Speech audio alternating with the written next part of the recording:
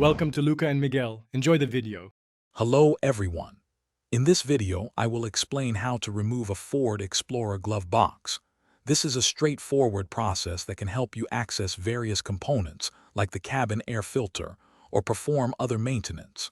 Before we begin, make sure you have a few basic tools on hand. You'll likely need a small flathead screwdriver and a 7mm socket. Having a magnetic tray for screws is also a great idea to keep everything organized. Let's get started. Our first step is to fully open the glove box. Once it's open, you'll notice there are usually stops or tabs on the sides that prevent it from swinging down too far. To release these, gently squeeze the sides of the glove box inward. This action allows the tabs to clear their retaining points, letting the glove box drop down further than its usual open position. Take your time with this step to avoid any damage. Next, look for a dampener arm or tether strap, typically on the right side, and carefully disconnect it. This piece controls the smooth opening of the glove box. After that, you'll need to address the hinges.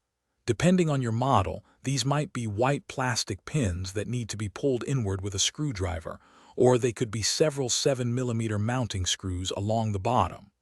Also, if your glove box has a light, gently unplug its electrical connector. With the dampener disconnected and all hinge fasteners removed, you can now gently pull the entire glove box assembly free from the dashboard. Be sure to set it aside in a safe place where it won't get scratched or damaged. When you're ready to reinstall, simply reverse these steps. Make sure all screws are tightened, pins are secured, and the dampener arm and any electrical connectors are properly reattached for full functionality.